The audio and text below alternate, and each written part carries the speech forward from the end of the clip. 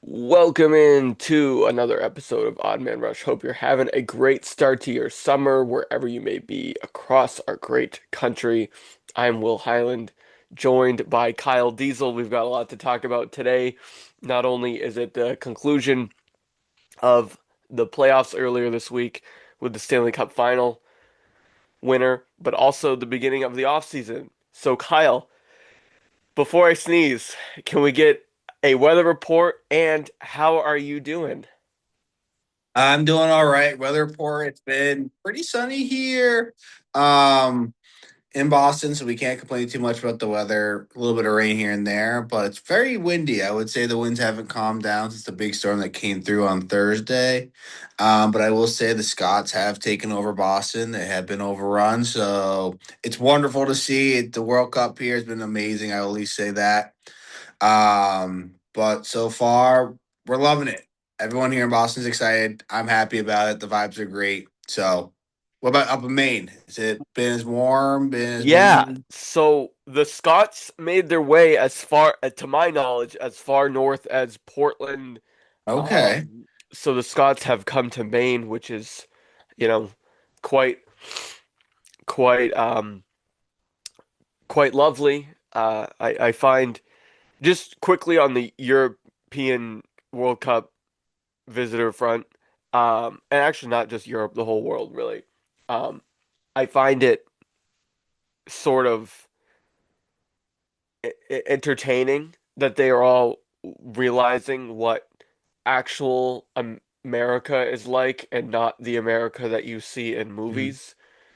So when I see footage of a bunch of guys in kilts at Patriot Place, a place that we've both been, um, it's or when I see them at Yawkey Way or Jersey Street, whatever it's called now, outside of Fenway, like it's heartwarming, and then also all these stories about them experiencing like Chick-fil-A and like I don't know, Bass Pro Shops is is quite entertaining. But you mentioned Diesel and by the way, I'm glad they're here. I'm glad we're hosting the World Cup as a country. Um, but Diesel, you mentioned the wind. And yeah, it was pretty windy. We had a storm roll through on Thursday evening into Friday, really, and they even um, gave us a tornado warning, which Yep. the National Weather Service did, which is rare. It's somewhat rare to get a hurricane warning, but even more rare to get a tornado warning. So that was kind of strange. But speaking of hurricane warnings, a place that they probably will never get a hurricane warning is Las Vegas, but they certainly got one the other night when Carolina came through and clinched the cup. And I think we spent all year talking about how good Carolina was, how they were so far in front of their division, Mhm. and then most of the playoffs, when we did record, they were just dog walking teams. And then, in my opinion, they kind of dog walked Vegas to end the series. I don't know if you agree with that, but they were Yeah. down 2-1 in the series, Mhm. came all the way back and won it in six, won three in a row, um, and looked like they looked against Montreal and Philadelphia and Ottawa. So, what do you think about that? Yeah, no, I agree. I mean, they're the teams that have given them, or basically would have been the kryptonite would be the two Florida teams, Tampa and the Panthers, and they weren't there to face them when time came up. So for them to have not having to play them really gave them an advantage. I wouldn't say it was a dog walk to start against the Knights. I think the Knights gave them the hardest challenge to start, especially their Definitely. first three games. But they rode the wave. They took their punches, caved in here and there at the first few games, but then overcame the adversity. I do think the injuries and the amount of games the Knights were playing definitely caught up to them long For sure. term. Definitely losing Carlson there in Game Five really kind of killed their momentum at all. And then also losing Mark Stone at points. So this team was just getting played with injuries. Not sure what also happened to Mitch Marner. He had a really hot hand first three games, and then he kind of pulled an Austin Matthews and decided to disappear. He looked really good Um, the whole playoffs. yeah, he looked Really, great up till until then. And then old man Stahl stepping up here at the age of 37. This might be maybe his farewell. We'll see this offseason what happens here for him. For him, I'd hope he would choose to retire as a Devils Conn fan. Smythe winner Uh, too. Conn Smythe winner, but also kudos here to Taylor Hall for finally winning it. So I think he can finally close his chapter whenever he feels ready to retire. He's accomplished everything he needs to do. Yeah, I still think he Um, has a few more years in the tank. He's 35, yeah. 34 years old, but yeah, I'm with you. He has that monkey off his back for The sure. thing that scares me is this Carolina team. I think for this offseason, maybe all they really do is sign back some of their restricted free agents that are coming up. Maybe bolster the goaltending, I would say. Here would be the kind of the next It step this depends. offseason. But the Yeah. thing is, they've got lots of money. There's a lot of great assets out there this season. I mean, we haven't even talked about Dylan Larkin want to be traded, and this was a team that wasn't on the list. Maybe it gets added to the list of his. But there's a lot of options for them to still be up there to win this division and be back in the playoffs and go and repeat. I can see that plausibly, depending on also how the Panthers and Tampa formulate things this offseason. Yeah. Well, I mean, throughout the Eastern Conference, in the 2020s, we've seen a lot of repeat champs in the Eastern Conference, whereas in the 2010s, we saw a lot of repeat champs in the Western Conference. If you think about LA Kings Yeah. and the Blackhawks, not in terms of consecutive years, but in terms of, Chicago won 3 and 5 and or 3 and 6, and then LA won 2 and 3. And then, no, I mean, I know the Penguins are in the East, but they also last Yeah. decade had back to back, and then we saw Tampa go back to back, and we saw Florida go back to back. So it's not like the NFL where it took 20 years for somebody to go back to back. Yeah. Um, and it's not like, but it's also not really like baseball where you get an or basketball now where you get like a new champion every year. Mhm. Um, maybe not. Although the Dodgers just went back to back, so we've seen it happen in sports, and I think there's a incentive for a team like Carolina to keep the band together. I mean, there's no reason if it ain't broke, don't fix it is the famous Correct. phrase. And people are gonna want to go play for Rod Brindamore. People are gonna want to go play with Aho and with Ehlers and with Slavin, and they have this core group that took a while. Let's be real. I mean, it took them a while to get over the hump, but when they did, they're still young. Like they're still young enough where they're going to have two or three more, I think, cracks at the can with this group. Stankoven has emerged. Yeah.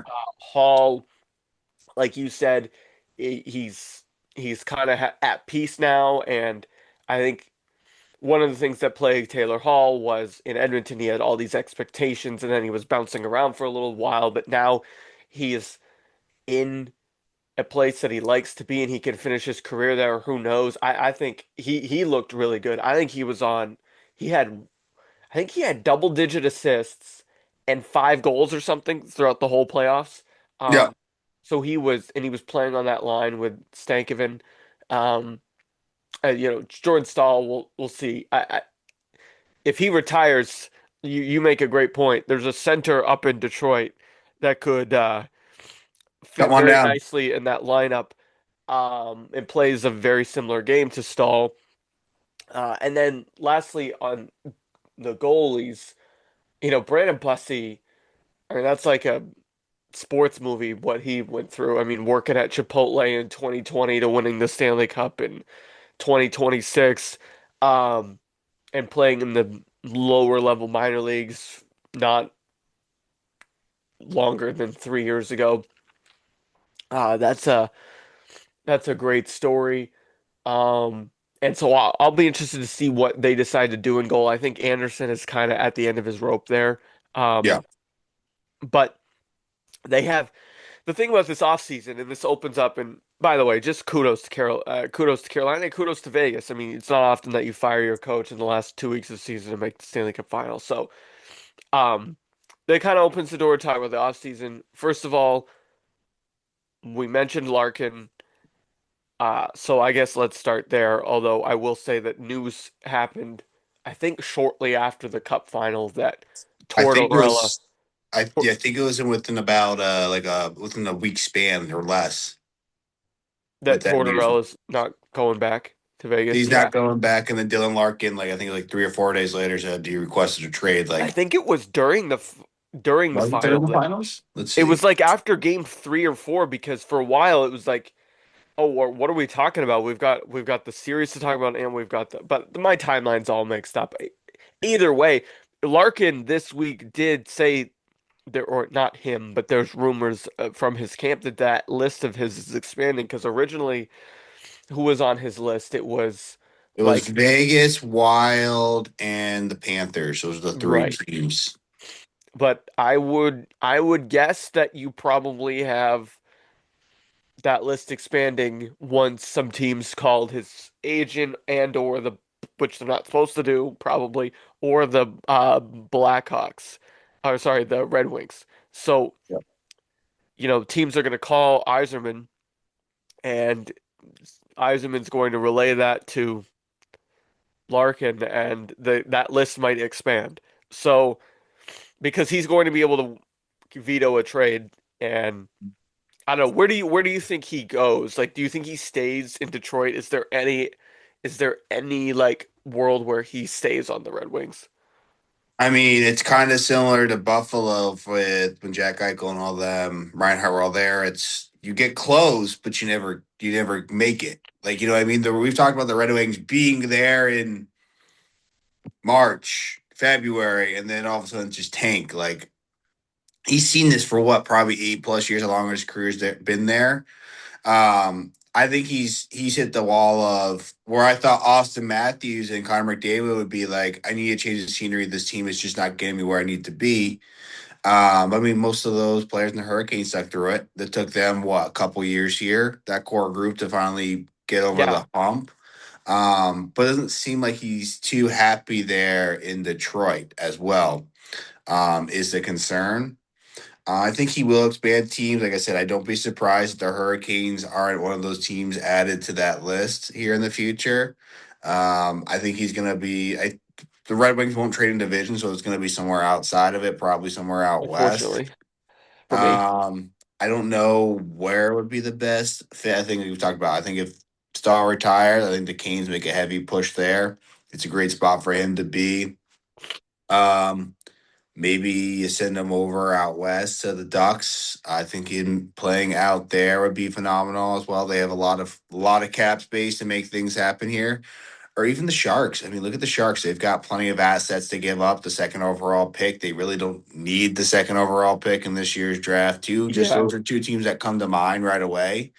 I wouldn't be surprised as well if DeBrincat also potentially follows it's suit going to be a in domino thing. and everyone else starts to kind of rebuild Yeah. there in for the Red Wing franchise. But those are the two teams I see him mostly like going to. But I know he wants to go to a Stanley Cup winning team. The teams that have the cap space are the two teams we just saw in the Stanley Cup Finals: the Knights and the Canes. Yeah, I mean that would be wild if that were to happen. No pun intended, because he wouldn't be going to Minnesota. But I look at Larkin and the situation, and you make good points about those Western teams, like especially the California teams. Like I think the Ducks are going to move off McTavish, so they're gonna. I Yeah. I think they're going to look for a center. I Um, think he also needs a reset. McTavish needs a brand new scenery, and there's plenty of teams out in the East here who need a nice reset for him. yeah, and I think the And Bruins he's are only great. 23. The Bruins are a great landing spot. It kind of like this is sort of what Matty Beniers should have done before he signed a long-term deal in Seattle, because now he's kind of like there, and that team is going nowhere. But and then San Jose, I'm with you. Like they've got Celebrini and a lot of other young guys that have potential and are playing good, and then a couple other veterans too, like Toffoli and stuff. So like, I think, I think they're ready. they're ready to make a push for a playoff spot. Um, but back to Larkin, I think that if you're Detroit, the the danger is there where, if you don't get this right, you end up like Calgary. And I use Calgary as an example because Johnny Gaudreau, rest in peace, your New Jersey brother, um, left to go to Columbus Mhm. in free agency. And then that started a domino effect where Matthew Tkachuk 2 weeks later said, "I'd like to be traded," and then he gets traded to Florida, and that changed the league. Pretty fair to say. After that, they traded Sean Monahan, and then in the years since, they've traded like Elias Lindholm and Nikita Zadorov and Noah Hanifin and Tyler Toffoli. I mean, they've just kept trading guys year Yeah. after year after year. This whole group that they had, and then they traded Rasmus Anderson to Vegas, and he's a huge unrestricted free agent right now. Um, so, like, you just have to be careful if you're the Red Wings that you don't end up in a trap like that. I agree with you on his landing spots. I don't, I don't think Larkin's going to end up in the Atlantic Division elsewhere. I mean, I'd love for him to be on the Bruins, but I think he ends up either in a Southeast team or a West Coast team. That's just where I see it. He's probably, if you're talking about two-way centers, probably like top five or to top seven two-way center in the league, Mhm. and Olympic gold medalist, a leader, the captain. You want him on your team for many reasons. So I'll be interested to see how that unfolds. Now, another team that has already sort of dictated the offseason are our friends, the Toronto Maple Leafs, and so they swing a trade for Darren Radish. It's essentially a sign and trade, um, and they get the number one overall pick. It's probable that they're going to take Gavin McKenna with that, and he's going to be NHL ready in some respects in less than 2 years. Yep. So it looks like they're gearing up. I know we love talking about the Leafs, but if you had to say, is there another move that Toronto's going to make before the draft? Or like, do you think Yeah. this is an attempt to get Nylander and Matthews on board trading for Darren Radish?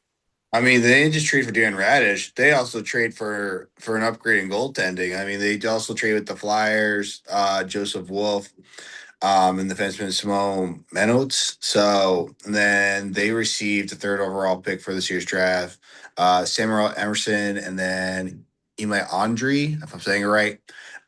So they're looking to rehaul.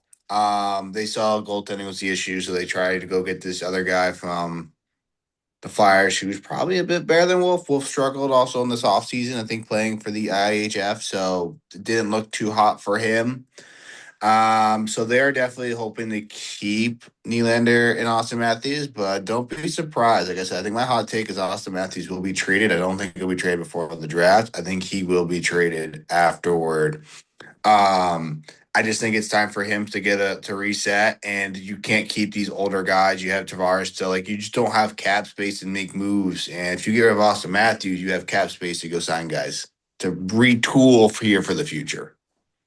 Because you still have knives as well. So like that's my thought. I think the Leafs should be doing is trading either Nylander or Austin Matthews. I think they're going to lean toward trading the captain. Um, because he's the captain, this team hasn't been put together, and I think they're going to give the captain away to some of the younger studs, potentially here in the next year or two. Yeah, I mean, it is silly season. That's what they call it on Sirius XM NHL radio. It's all silly, and I think I'm with you on the Toronto being aggressive. I think the Darren Radish move, in my opinion, is more of a, hey, we're not tanking. We're going to acquire, you know, I think he's been slightly overrated the last couple of years, but he's still been a, top six at worst, um, a defenseman in the league, and probably one of the most one of the most sought after ones this offseason prior to Toronto getting him. So like I think it's more of a attempt for them to stay relevant and signal to the league that they are not only open for business but also like not fully tanking. Like I agree with you. I think it's more of a retool. If you trade Austin Matthews and get anything less than another like competent NHL like center in return, then I do Mhm. think you're sort of like wandering down a road that you can't come back from. Like I think one thing that you could do is they could trade. I mean, they could trade Matthews for another top five pick, and then you also think about trading Nylander or Tavares or somebody as Mhm. well. But I mean, because both of those guys have term left on their deal. All three of them do. Because I think if you're the Leafs, like you have to straddle this line where like the fan base is not ready for you to like go down to the studs, Yeah. but tear it down to the studs. But also you have to be smart because you this new GM is aggressive and it's already been kind of proven with the last regime that Matthews, Nylander, Tavares at all doesn't accumulate to become a Stanley Cup contender in this Yeah. current form. So, like, if you want to pick one of those guys and keep them and get rid of the other two, maybe you do that. But they have a lot of movable. They have a lot of moves that they can make, a lot of movable assets. And so I think it's more of a signal that they're going to be aggressive and Mhm. that nothing's off the table. And if that includes trading Matthews, to your point, then yeah, I'd be if he's going to get moved, it's going to happen in the next 5 days because they have to do it. They'll want this year's draft Yeah. because there are teams at the top of the draft right now, including Florida, who a division rival, including um the Sharks, as you pointed out, that like are ready or are already have shown an ability to like be good teams, Yeah. and they don't want to sit around with a top 10 pick. I think Florida is going to move their pick. I really do. I think they might move that number 8 for Larkin, and they would certainly move it for Matthews. I think they are looking to bring in another big name. That's my hot take for the offseason is that Florida's going to move that eighth pick this week. This It week. is the Okay. eighth pick, right? Yes, they have. So they have the ninth pick. Winnipeg has the eighth pick. My bad. My bad. Ninth pick. And then this year the Sharks do have two first overall picks here in the first round. They actually just made two trades this offseason. The team we're talking about that potentially is up and coming. I think within the next 2 years, this team could be a Stanley Cup true contender. So they traded with your Bruins for Andre here, and the Bruins received fourth and fifth overall pick for 2026. And then they also traded. This is an interesting trade. I think it's a good change of scenery for this guy, for Michael Kiersing from Buffalo, and they swapped first round picks. So it would be the Buffalo's 27th pick for the Sharks' 20th pick.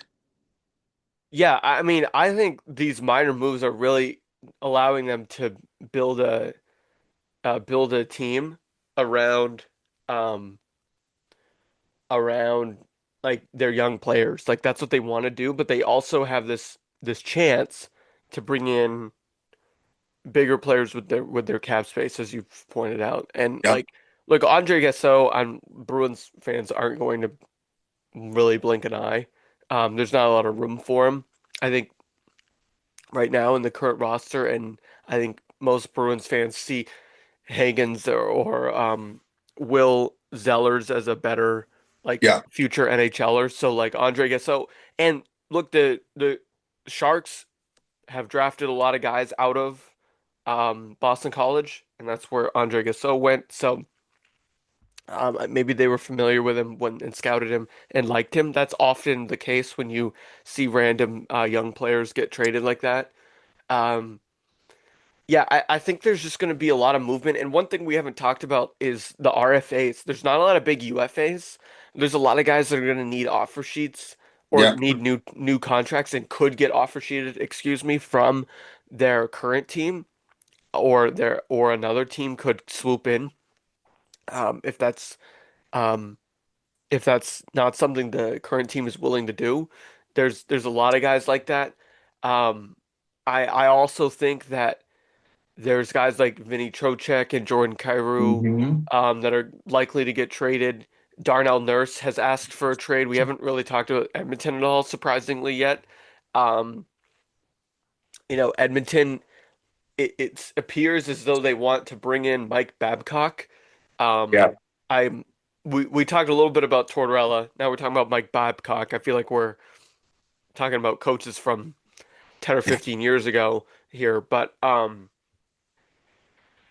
what do you make of the Oilers in their offseason? Because you and I we always like talking about the Leafs and we also like talking about the Oilers. So what like what is going on up there? Because Darnell Nurse is asking for a trade. The NHL is now giving them permission to interview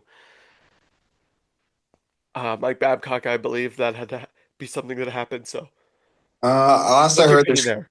yeah, I mean, I think it's still under investigation. I think the NHL is still investigating him and everything goes on. That when he retired a few years ago from I believe it was the Blue Jackets. Hmm. So they're still investigating that.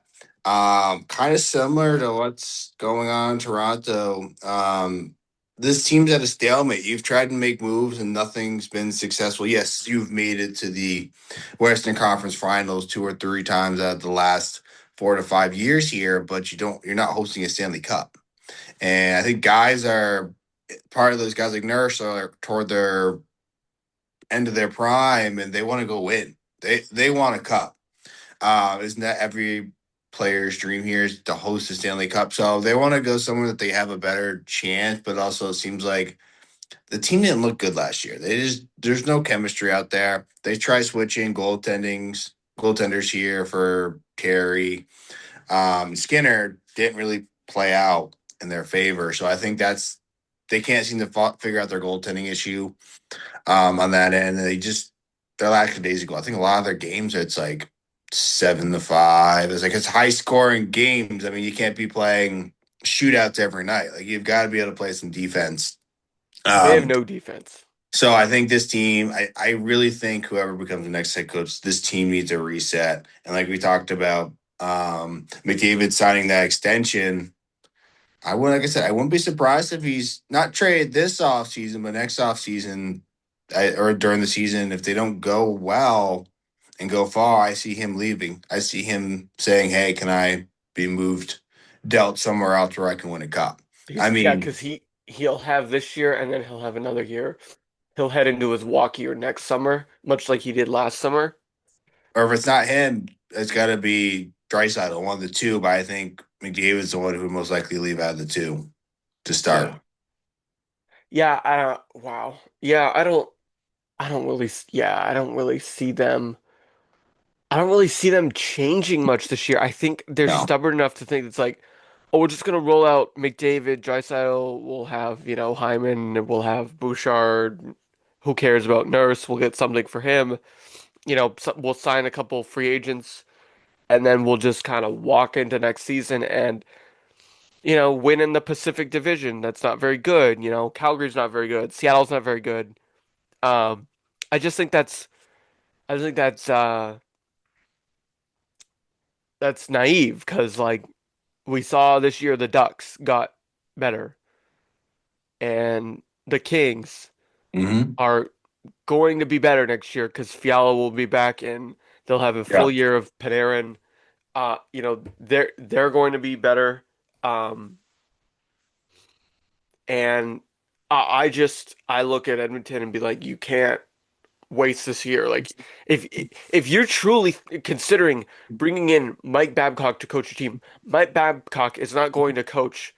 This isn't the Mighty Ducks. Like he's not going to coach a bunch of amateurs. Like he, you know what I'm saying. Like he's going to go coach like with the idea that McDavid is here and we're going to go win a cup. Like that.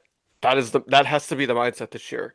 Mhm. And they can't like teeter around. Like if they want to do it, like they've got to do it. The problem is they're in like cap hell because they gave Yeah, Trent Frederick like an 8-year contract, and you know their Ryan Nugent Hopkins is kind of ending the end of nearing the end of his prime as well. So like they need to figure it out this year. And what that means, I don't know. Like I don't know what kind of moves they can make. There's not a lot of guys on the open market.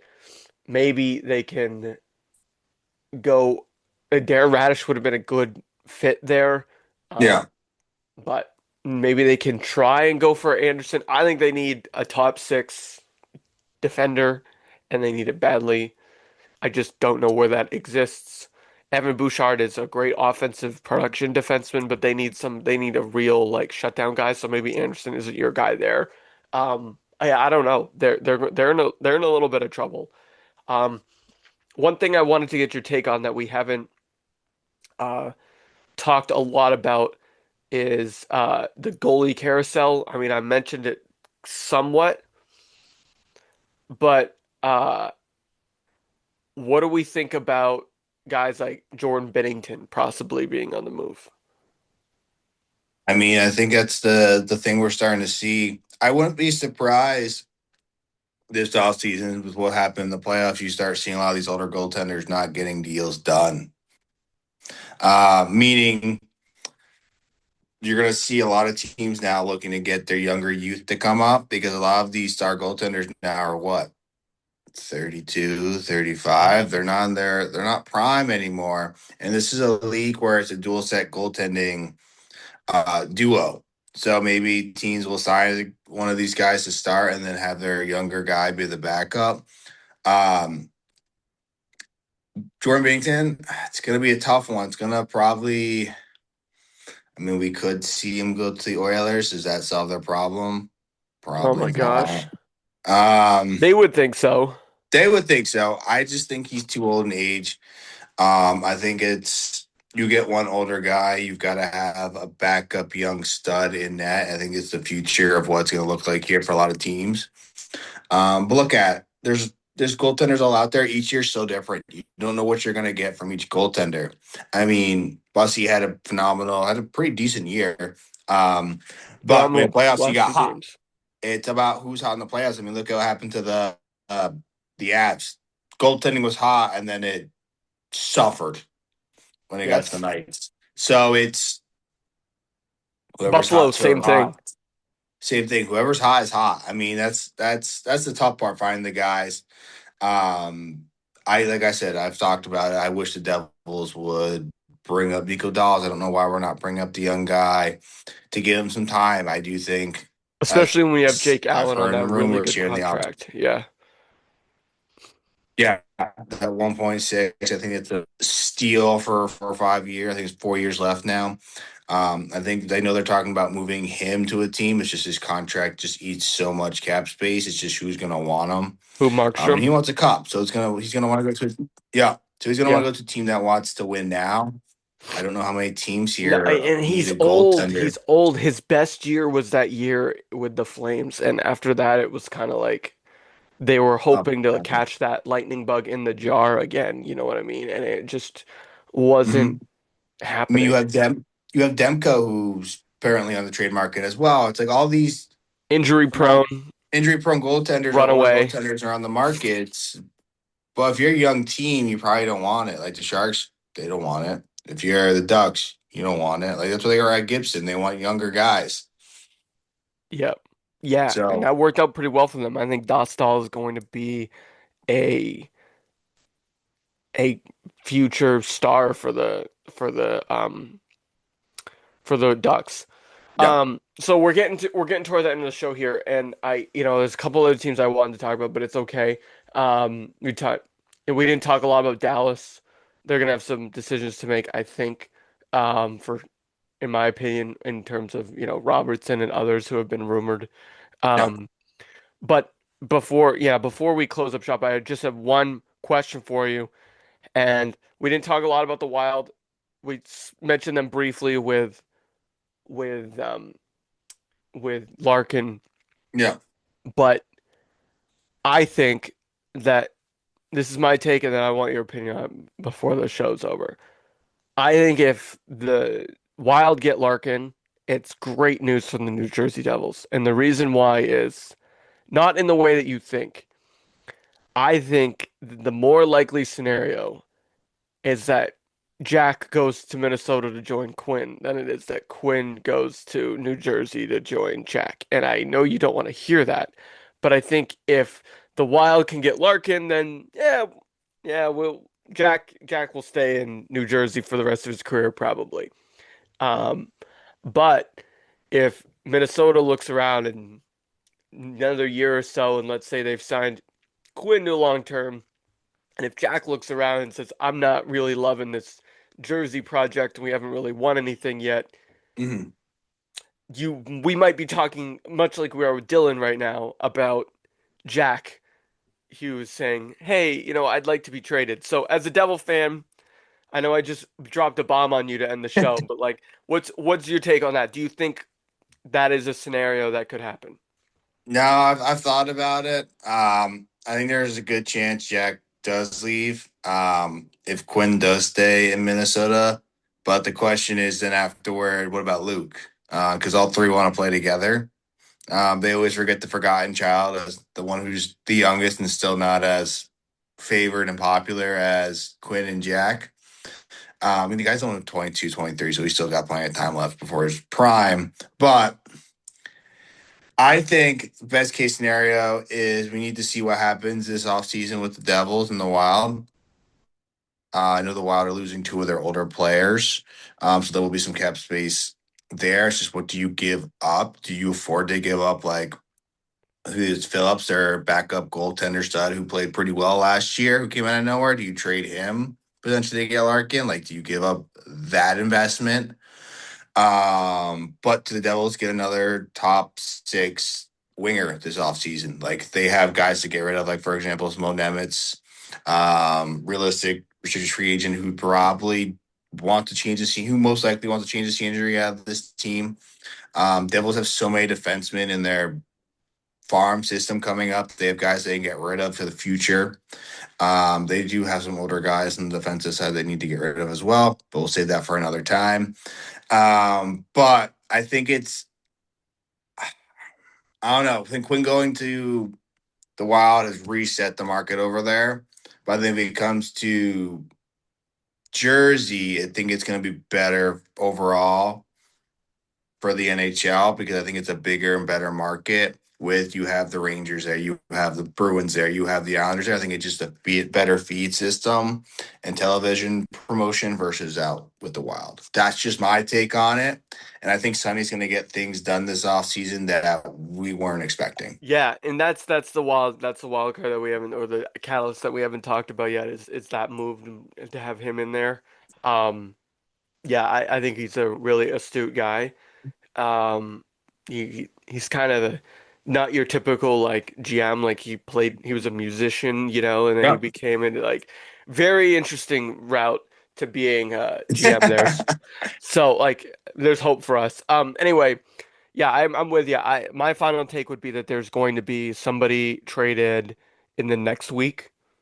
Um, but That leading up isn't to the Dylan draft. Larkin, right? What? That Not isn't yeah, Dylan not Dylan Larkin. Larkin. I think it's Yeah. going to be somebody that we haven't been talking about as a sport yet. Maybe that we didn't even mention today. And then, who could that be? I don't know. Could it be Brady Tkachuk? Possibly. I don't know. There's a lot to be left to be determined, but we'll be covering every step of the way. We will come back and do a pod after free agency. And we'll probably be looking at a completely um different roster set up for the league. So I'm looking forward to that. But Kyle, thanks for jumping on early in the morning. Hopefully, our listeners didn't realize that we're recording about 12 hours earlier than we usually do. But we will be back after that to talk about free agency. Thanks for jumping on, Kyle. Have a good rest of No your day. problem. You as well. All right, thank you, listeners. Enjoy the rest of your week.